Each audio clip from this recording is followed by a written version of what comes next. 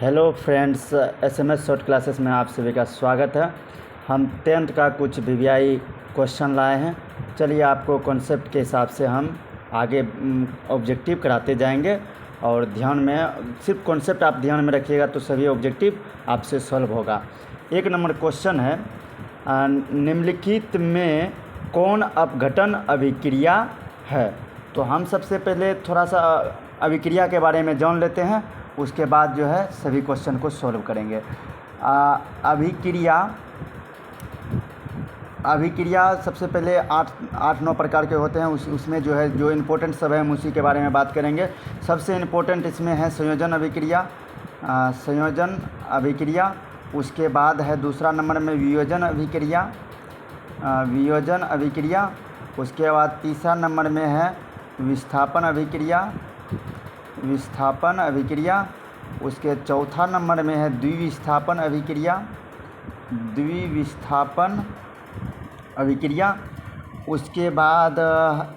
उसके बाद प्रकाश संश्लेषण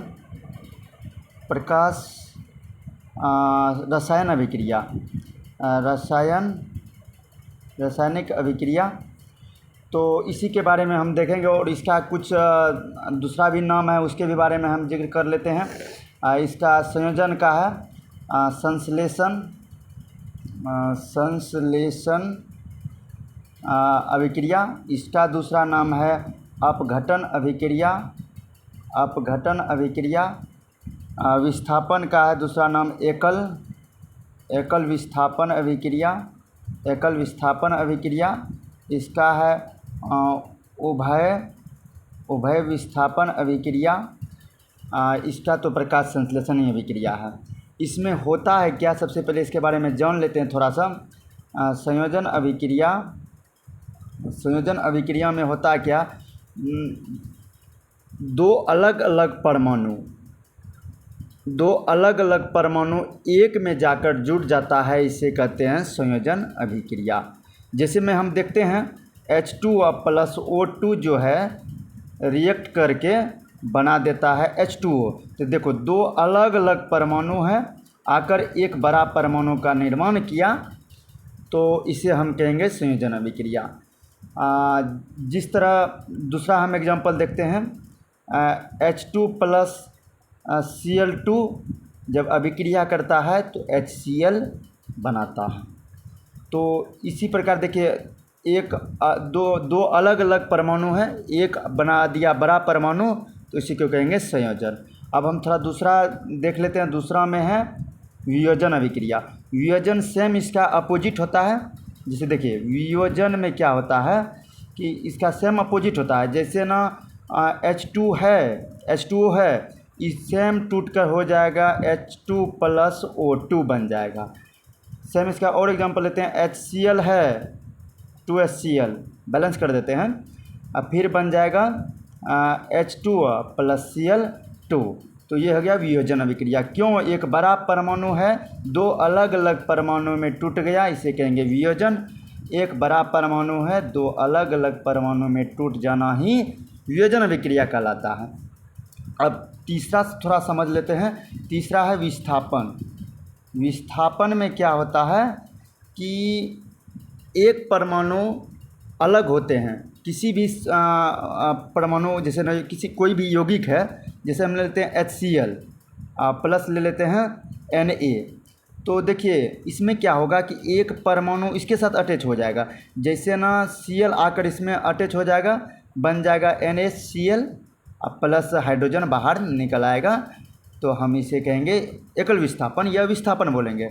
जैसे दूसरा एग्जांपल ले लेते हैं, जैसे FeSO4 ले लिए प्लस Cu ले लिए, तो हमारा जो कंपाउंड बन जाएगा CuSO4 प्लस हो जाएगा Fe।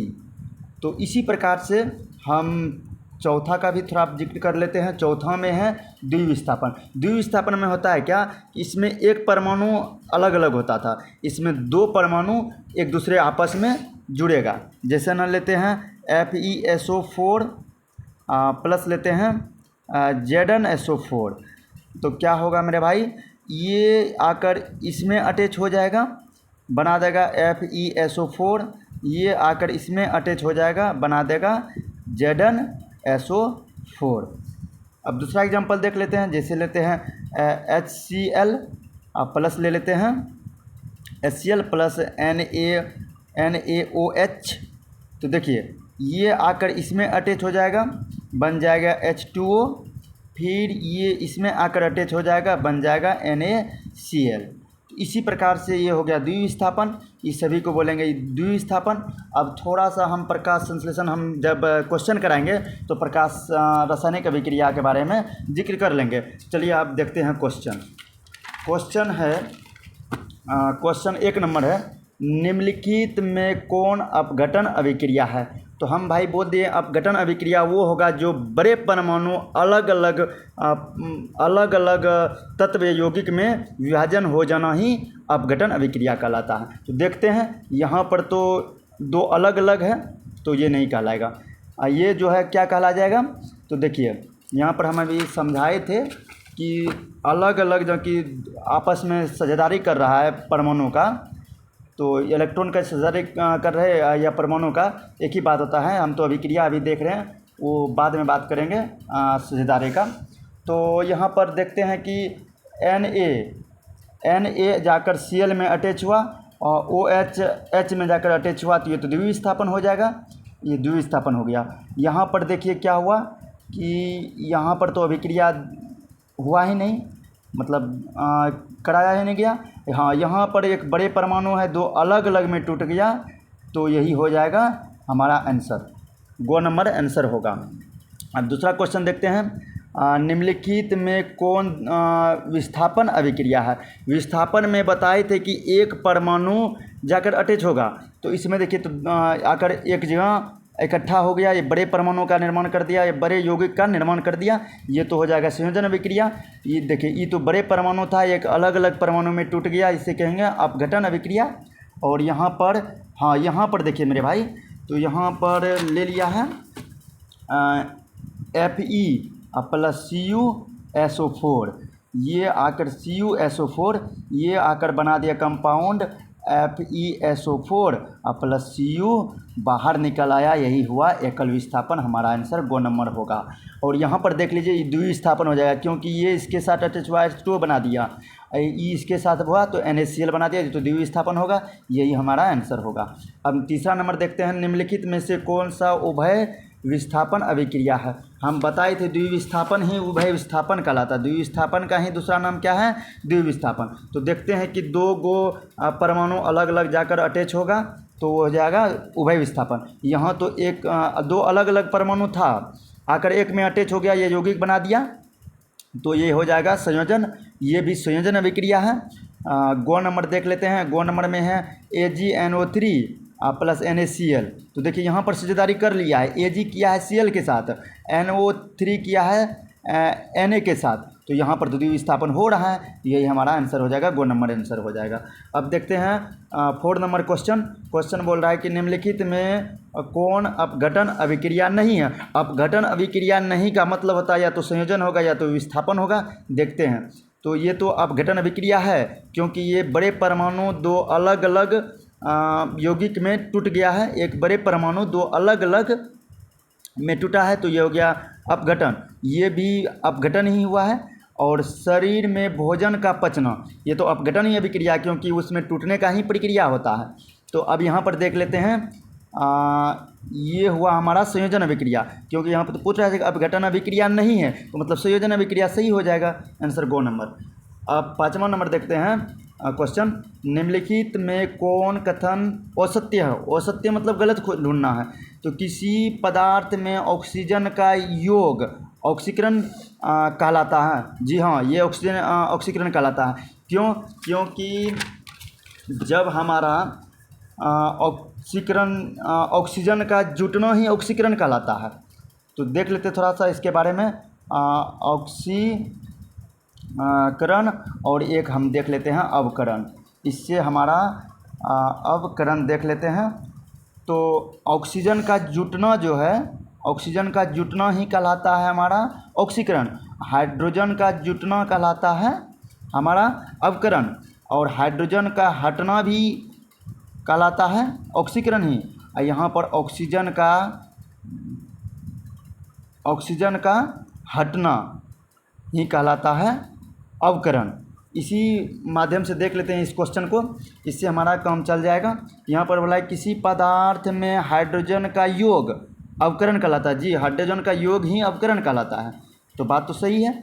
यहाँ पर देख लेते हैं ऑक्सीकारक पदार्थ ऑक्सीकृत हो जाती है, नहीं, ऑक्सीकारक पदार्थ जो है ऑक्सीकृत नहीं होता है, ये हमारा आंसर हो जाएगा। नेक्स्ट क्वेश्चन देख लेते हैं। अभिक्रिया ZnO प्लस CO, ZnO अभिक्रिया करके ZnO प्लस CO2 के संबंध में कौन कथन सही है? तो देखते हैं, हम तो अभी पढ़ें कि थोड़ा देर पहले पढ़ें कि ऑक्सीकरण वे पदार्थ होते हैं जिसमें ऑक्सीजन जुड़ता है और हाइड्रोजन हटता है। अब अवकरण वो अभिक्रिया होता है जिसमें हाइड्रोजन जुड़ता है, ऑक्सीजन घटता है, मतलब बाहर निकलता है या घटता है। तो देख लेते हैं ऑप्शन के हिसाब से।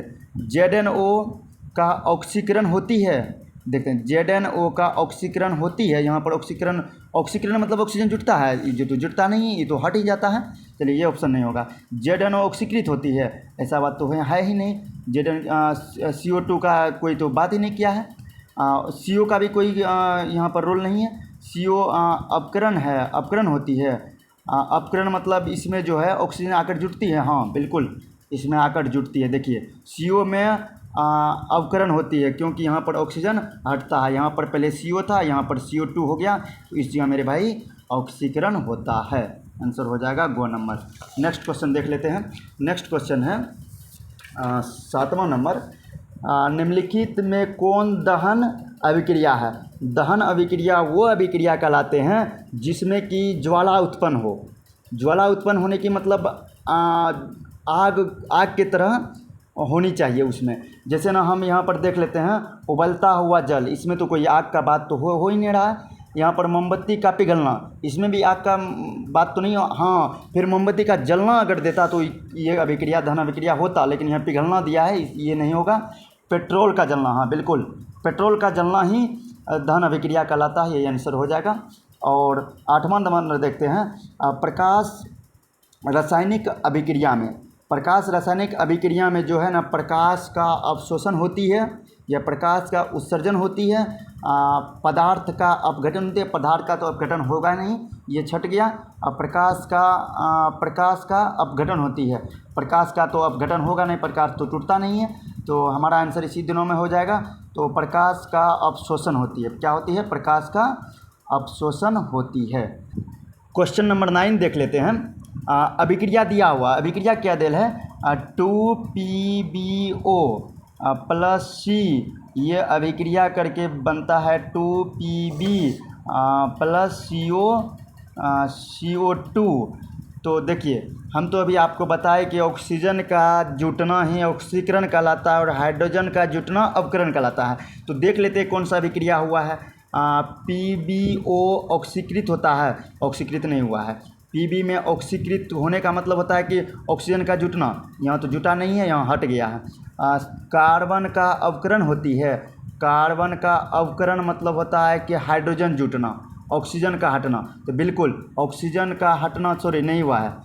फिर देख लेते हैं PbO का अवकरण हुआ है, PbO से हाइड्रोजन हटा है, ऑक्सीजन हटा है, बिल्कुल ऑक्सीजन हटा है, ये हमारा आंसर हो जाएगा क्योंकि यहाँ पर हाइड्रोजन ऑक्सीजन का हटना ही अवकरण कहलाता है। तो बिल्कुल वहाँ पर ऑक्सीजन हट गया है, तो ये अवकरण हो जाएगा। 10 नंबर क्वेश्चन देख लेते हैं। रिडॉक्स अभिक्रिया, रिडॉक्स अभिक्रिया उसे कहते हैं ऑक्सीकरण और अवकरण को अपकरण दोनों होनी चाहिए, इसका मतलब ये साथ साथ में होना चाहिए, यही हमारा आंसर हो जाएगा। ख नंबर इसका परिभाषा ही से ही डायरेक्ट पूछ दिया गया था। 11 नंबर क्वेश्चन देखते हैं। जिस न्यूनतम ताप पर कोई पदार्थ जलना आरंभ करता है उसे क्या कहते हैं? जब कोई न्यूनतम ताप पर जलना आरंभ करता है तो उसे ज्वलन ताप कहते हैं। क्या कहते हैं? ज्वलन ताप कहते हैं। चलिए ये भी डायरेक्ट क्वेश्चन पूछ दिया गया था। अब क्वेश्चन नंबर 12 देखते हैं। 12 देखते हैं कि अभिक्रिया अभिक्रिया देल है 2KI प्लस Cl2। 2KiCl2 से हमारा अभिक्रिया करके बनता है 2KCl प्लस I2। तो हमारा इसी से मतलब देख लेते हैं कि क्या हुआ है यहाँ पर ऑप्शन के हिसाब से।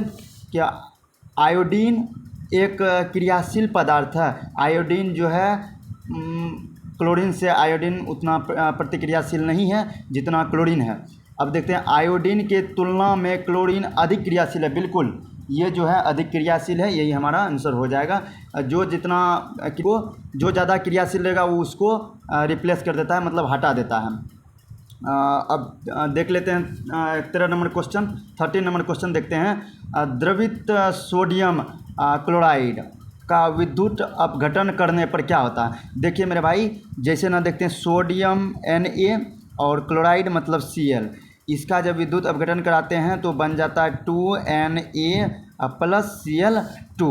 तो हमारा क्या होता है, ये आकर मेरा कैथोड पे जमा होता है। किस पे होता है, कैथोड पे जमा होता है। ये आकर एनोड पर जमा होता है। कहाँ पर होता है जमा, एनोड पर। एनोड पर जमा होता है। तो हम देख लेते हैं क्या अब यहाँ पर क्वेश्चन में ऑप्शन क्या कैसे दिया है।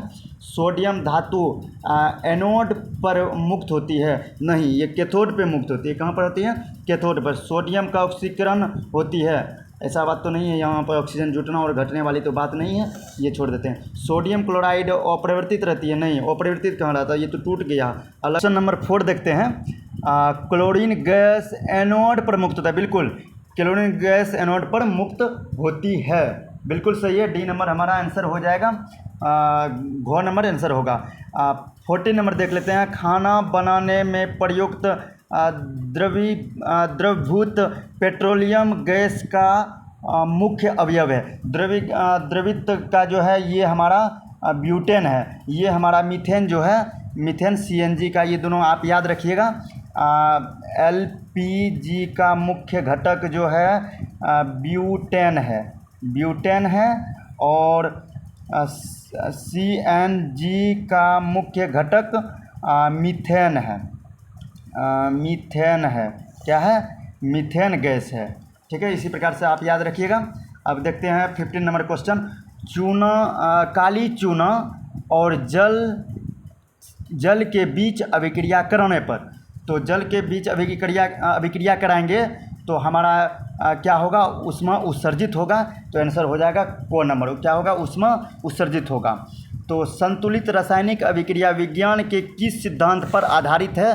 तो हमारा द्रव्यमान के अंशवरता के सिद्धांत पे है। किस पे, द्रव्यमान के अंशवरता सिद्धांत पर आधारित है।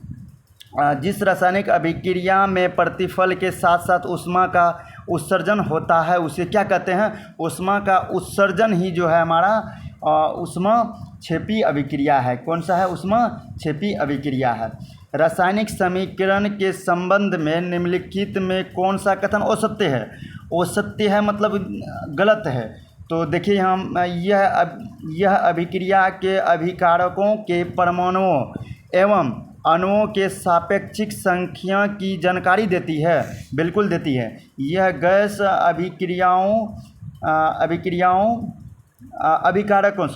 अभिकारकों और प्रतिफलों के आपेक्षिक आयन की जानकारी देती है, बिल्कुल देती है। यह अभिकारकों और प्रतिफलों के द्रव्यमान का अनुपात बताता है, बिल्कुल यहाँ पर अनुपात ही बताता है, ये अनुपात के ही आधारित है।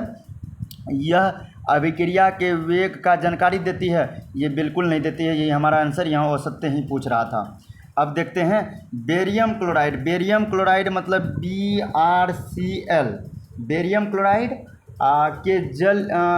के विलयन की जब सल्फ्यूरिक अम्ल से अभिक्रिया कराई जाती है तो उस अभिक्रिया को क्या कहते हैं। उस अभिक्रिया को देख लेते हैं क्या कहेंगे। सबसे पहले यहाँ पर हम रिएक्शन कर लेते हैं। H2SO4 ये सल्फ्यूरिक अम्ल हुआ, जब इसको अभिक्रिया कराएंगे तो हमारा हो जाएगा Br2SO4 प्लस हो जाएगा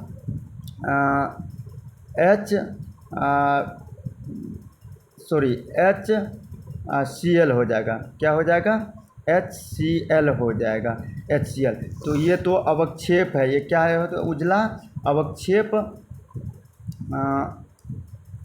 अवक्षेप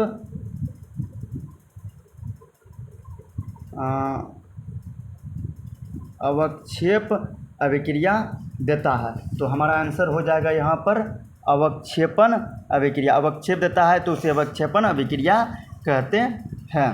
अब 20 नंबर लास्ट क्वेश्चन है, देख लीजिए मेरे भाई। अभिक्रिया 4NH3 प्लस 5O2 जब रिएक्शन करता है तो बन जाता है NO प्लस H2O। तो निम्न में से किस अभिक्रिया का उदाहरण है? ये जो है हमारा भाई उदासीन अभिक्रिया का उदाहरण है। बस आज इतने भर रहने देते हैं। अब नेक्स्ट वीडियो में नेक्स्ट क्वेश्चन देखेंगे। थैंक यू, धन्यवाद।